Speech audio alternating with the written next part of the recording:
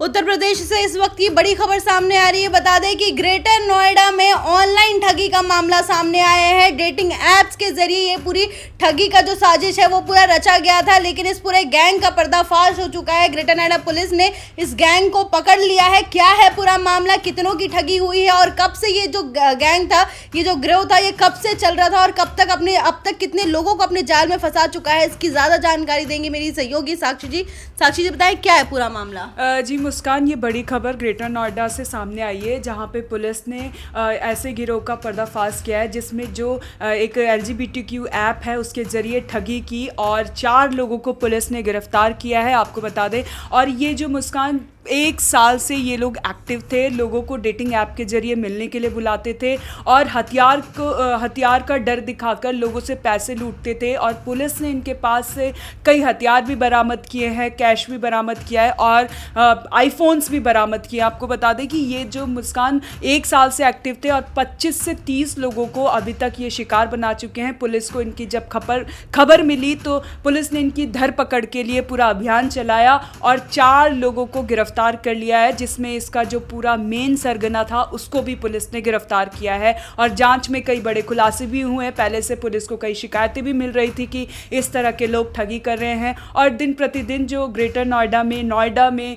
Delhi NCR में digital arresting के case बहुत ज़्यादा आ रहे हैं, डिजिटल फ्रॉड लोगों से ज़्यादा हो रहे हैं, तो ऐसे में पुलिस भी काफ़ी एक्टिव है। जी, अभी इस बात का कोई खुलासा हुआ है कि ये जो ग्राइंडर ऐप था इसके जरिए इन लोगों ने अब तक कितने की ठगी की है?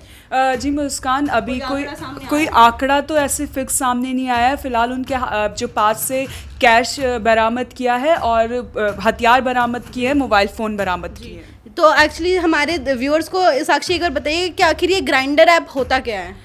देखिए मुस्कान, कई सारी साइट्स चल रही है, जैसे कि मैट्रिमोनियल साइट्स भी होती है, कई लोग अपने पार्टनर देखते हैं उसमें। अब ये LGBTQ एक ऐसा ऐप है जिसमें लोग जाते हैं और अपने पार्टनर सर्च करते हैं और एक दूसरे के साथ टाइम स्पेंड करते हैं, डेट करते हैं। तो इसी के ज़रिए इन लोगों ने इसी की आड़ में इसी का एक ऐप बनाया जिसमें लोगों को झांसे में फंसाया और इनको मिलने के लिए जब बुलाते थे। होता है कि चलिए डेटिंग के लिए हम एक दूसरे से मिलते हैं, क्योंकि पार्टनर जब हम ढूंढते हैं तो मिलना भी चाहते हैं, तो लोग इनके झांसे में आते थे और फिर मिलने जाते थे। जिसके बाद ये लोग क्या करते थे, हथियार दिखाते थे।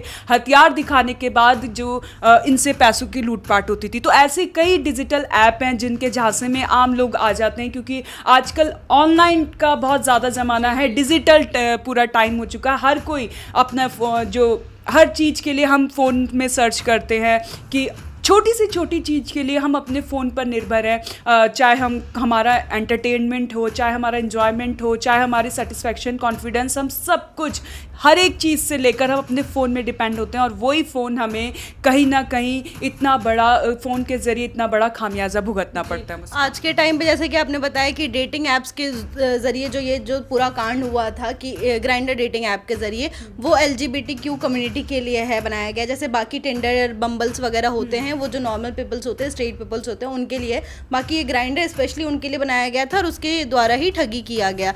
तो लेकिन साक्षी, ये जो मामला है आजकल काफ़ी ज़्यादा बढ़ रहा है कि ऑनलाइन ठगी हो रही है, डेटिंग ऐप्स के जरिए ये ठगी हो रही है, तो इसके रोकथाम के लिए क्या प्रोसेस है? जी मुस्कान, इसकी रोक के लिए ये कि आपको जो भी आप यूज़ करते किसी को भी अपना पिन पासवर्ड ना दें जब तक कि आपको कंफर्मेशन ना हो। जैसे ही आपको किसी पर शक हो, आपको फ़ोन कट कर देना चाहिए, क्योंकि फ्रॉड कॉल्स भी आपके पास आती है। आपके फ्रॉड कॉल्स में ऐसे कहा जाता है कि आपके पापा कहीं फंस गए, उनका मैं दोस्त बोल रहा हूँ, आप इतने पैसे सेंड करिए। आपको बिल्कुल भी ऐसा नहीं करना चाहिए। ज़रा भी शक होने पर पुलिस को कॉल करनी चाहिए। अगर कोई आपसे पिन या पासवर्ड किसी भी आपके बैंक अकाउंट से रिलेटेड कोई भी डिटेल्स मांगे, आपको नहीं देना चाहिए। और आपको बता दें, बहुत सारी फर्जी वेबसाइट चल रही है, बिना ऑथेंटिकेशंस के किसी भी वेबसाइट पर आपको क्लिक नहीं करना है। कई सारे डॉक्यूमेंट्स, कई सारी नौकरी देने का झांसा दिया जाता है। जो यूथ्स है उनको अपने झांसे में लेने के लिए पैसों का झांसा दिया जाता है। जो घूमने का शौकीन है उन्हें घुमाने के लिए झांसा दिया जाता है। तो इससे क्या होता है कि डिजिटल फ्रॉड के गिरफ्त में वो शख्स आ जाता है, जिससे वो बड़ा अमाउंट उनसे वसूलते हैं और करोड़ों की ठगी करके हाथ साफ करके निकल जाते हैं और जो शख्स है वो हाथ धरा का धरा रह जाता है। इस पूरे मामले में पुलिस की कोई बयान आया है सामने? जी मुस्कान, पुलिस का बयान आया। चलिए हम आपको सुनाते हैं कि पुलिस ने इस मामले को लेकर क्या कुछ कहा। एक समलैंगिक ऐप ग्राइंडर के माध्यम से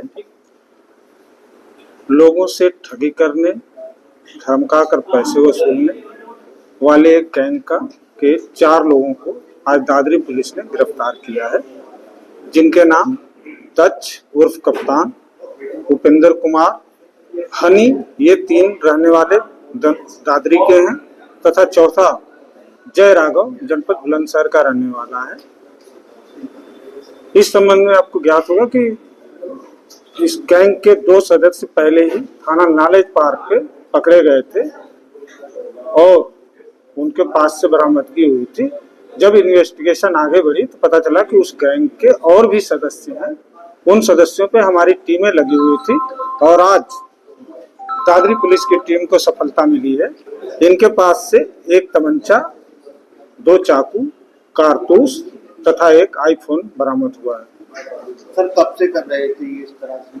ये लगभग 1 साल से कर रहे थे, लेकिन चूंकि इस तरह के कृत्य को एक सामाजिक बुराई के रूप में देखा जाता है, इसलिए बहुत से लोगों ने शिकायत नहीं करी और जब शिकायत प्राप्त हुई तो नॉलेज पार्क पे मुकदमा लिखते हुए तुरंत पुलिस सक्रिय हुई और तुरंत 2 लोगों को गिरफ्तार किया और उस गैंग के बाकी 4 सदस्यों को आज गिरफ्तार किया गया। कोई अभी फरार भी है?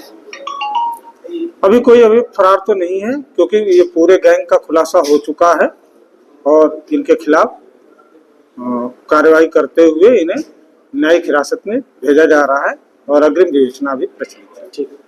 तो सुना आपने कि पुलिस ने क्या कहा और आपको बता दें कि ऐसे कई डेटिंग ऐप है जो आज के टाइम पे एक्टिव है और तरह तरह के डेटिंग ऐप्स है जो आप उनके तरफ अट्रैक्ट होते हैं। टिंडर हो गया, बम्बल हो गया, स्मूज हो गया, बहुत सारे भतेरे डेटिंग ऐप्स है, लेकिन इन डेटिंग ऐप्स के झांसे में ना पड़े, सुरक्षित रहें, सेफ रहें और ऐसी ही तमाम बड़ी खबरों को देखने के लिए देखते रहे ONOG न्यूज़। धन्यवाद।